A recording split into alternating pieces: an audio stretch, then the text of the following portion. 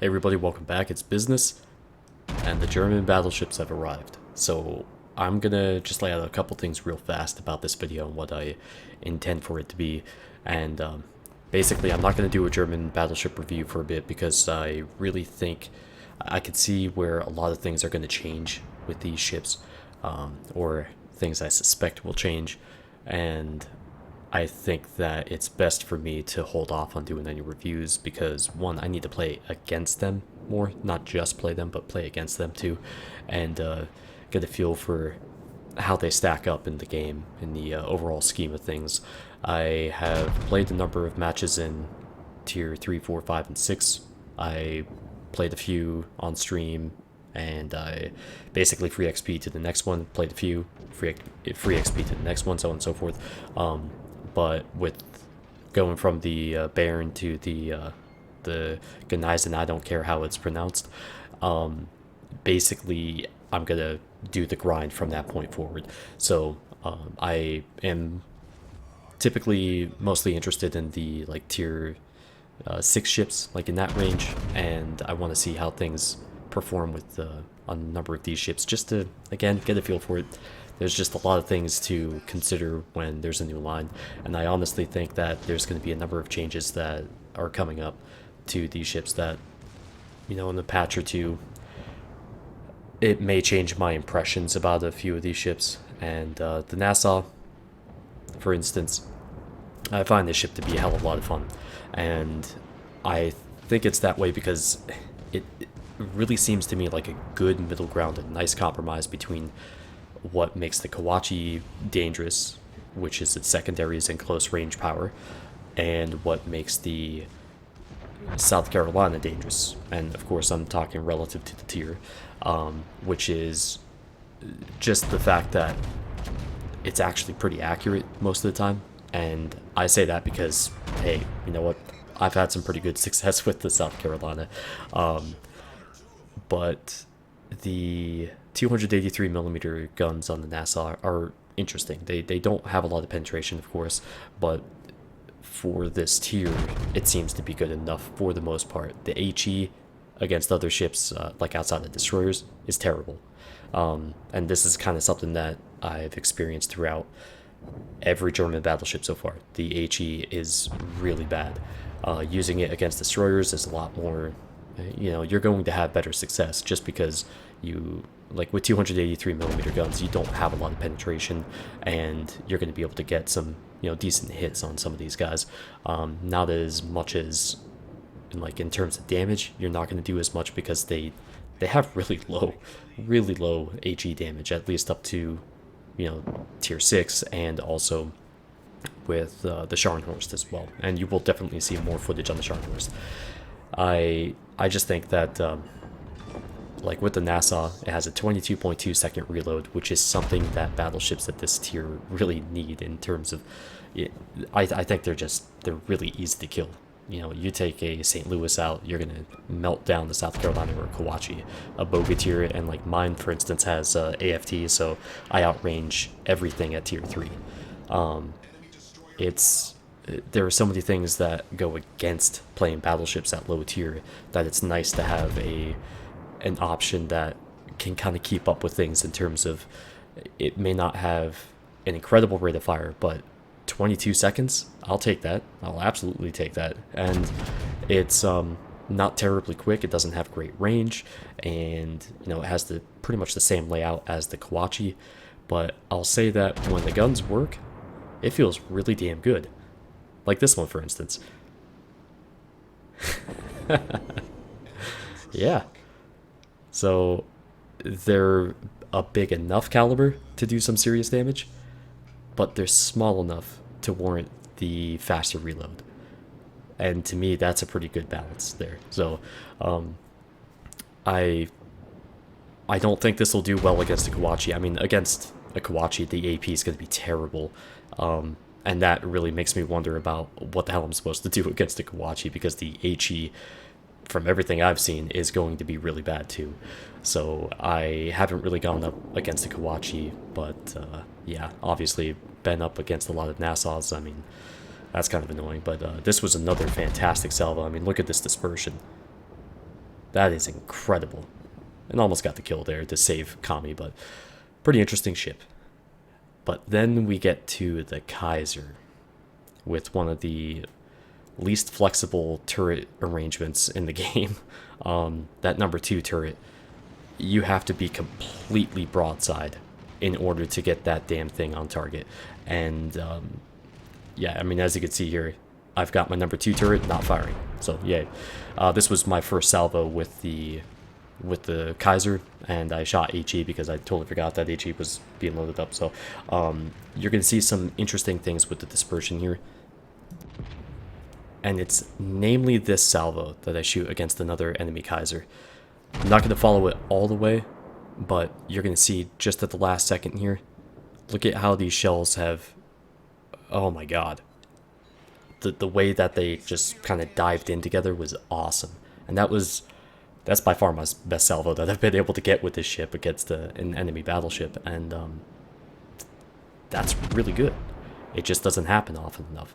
It doesn't happen often enough where I'm actually able to get damage with this thing. It just feels like it feels like it's missing a little bit of penetration. And granted, this is the main problem of doing a review of a ship at this stage, because I'm facing so many enemy Kaisers that it's not really a good way for me to do a review to be able to be like, oh, well, this is my definitive opinion. I mean, no, of course not, because I'm facing so many of the ships that, like myself, that, you know, have the same armor and stuff, and it's just not quite the same. So if I mean, I tried getting into Wyoming. That was unfortunately a disastrous match, and I think at Nikolai too, that was also a horrible match.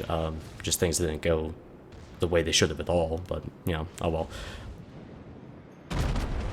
But essentially, it's not a normal environment for these things. It's like going on the test server and trying to draw conclusions about that when there's a new battleship line or cruiser destroyer line.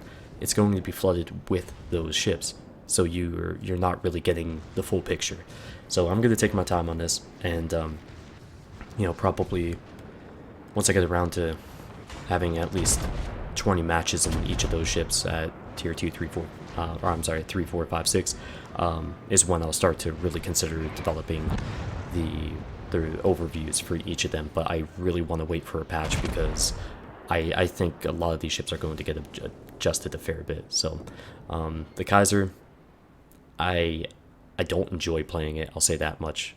I think that one probably needs the most improvement, and I don't think there's anything to really scale back with it. The Koenig, which is what you see here, on the other hand, the tier 5 battleship, pretty much has the same type of gun, but in a much more usable layout. These are like new models basically compared to what the Kaiser has. The Kaiser has like models from 1909, this has 1911. But I'll say that the dispersion on an average is pretty damn good. And this seems to me like a really solid cruiser killer. And actually, this is a great example of how weak the HE is. And don't get me wrong, this is a good salvo.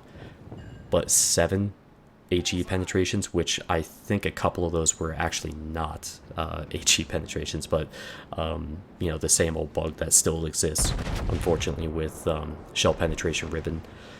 But if I was in any other battleship at tier 5 and I dumped into him and hit him with 7 HE penetrations, I would have killed him. You know, I would have done, or at least done a lot more damage than that. The HE is really what seems to be getting me about the German battleships, because a lot of times you just can't penetrate enemy armor at an angle, and there are some, you know, good shots, some good shells that come right down into the center of the ship, and, you know, you get a couple penetrating hits and, you know, end up with like 4,000, 6,000, 7,000 damage. That's great, but not having HE be effective when you need it to be effective is a pretty bad deal. And I think that if there's anything that should get a little bit more attention, it's on at least the initial German battleships here. It would be that the Koenig does do a pretty good job of taking the beating, I'll say that much. You know, it seems like, again, it's just constantly chipping away. I don't feel like it actually is very strong at the brawl range, which is apparently what these are supposed to be like, and I really don't feel that way at all. A Congo will shred this thing close up. I mean, if he's got his guns on you, you're pretty much a goner. I really was not impressed with the close range ability of this. It seems this is more of like a 6 to 10 kilometer type of ship. I would really try to avoid getting closer than that. You know, outside of that range, it does seem to have its moments, but I really think the wheelhouse for this is right at the 6 to 10 kilometer range, and I think it really does a great job against cruisers. I mean, look at that dispersion, holy crap. So it seems to have sometimes some wonky vertical dispersion, where kind of like the US battleships, where it shoots beyond the target quite a bit, or it drops in front of them quite a bit. Some of the other German battleships, like the Scharnhorst, have weird, sometimes more freaky type of horizontal dispersion, and I don't know, they're all a bit different. So, but then we get to tier 6 with the Bayern, I don't know, whatever. And this one has 380 millimeter guns, the largest at tier 6, except for the Warspite, which has 381 millimeter. This lacks a major broadside weight like the Fuso, the Arizona, the New Mexico, but like the Warspite, it has higher penetration. It has, you know, on an average, some really good accuracy. And this was my first AP salvo, which, yay, touchdown. This is an interesting ship. It, like, aesthetically, these are giant turrets, and I will show you the skins that Tan has made for the 6, 7, 8, 9, and 10 German battleships at the end of the video. But this, aesthetically, it's really funny because it looks like a toy to me. These turrets are giant. It seems like the boat is really small. Like, everything from the deck up seems like it's like overly large, and it's just like a fat guy in a little coat. That's what I kept saying on stream. So the penetration seems really solid for the most part. Again, this is a ship that, whereas the Koenig was in its wheelhouse from 6 to 10 kilometers, this seems to be more like 8 to 13. But then, I mean, look at this dispersion. Holy shit. That is the best I've seen at tier 6. Just incredibly good. That doesn't happen often enough, of course, but no, basically, if that ship was broadside, he would, oh my god, that would have been so much damage. Oh my god. I wish I could have seen that, like, on a nice flat broadside target there. That would have been great. But it really does seem like this ship has a lot of potential when it comes to that damage output, and I keep getting caught, by the way, you'll see this over and over again, broadside, because planes are forcing me to turn that way, and it's like, see, you've got the bombers coming in, and that's no good. But it doesn't, I've been in a couple close quarters fights with this, and I was not impressed at all. I do not think this is a good brawler ship.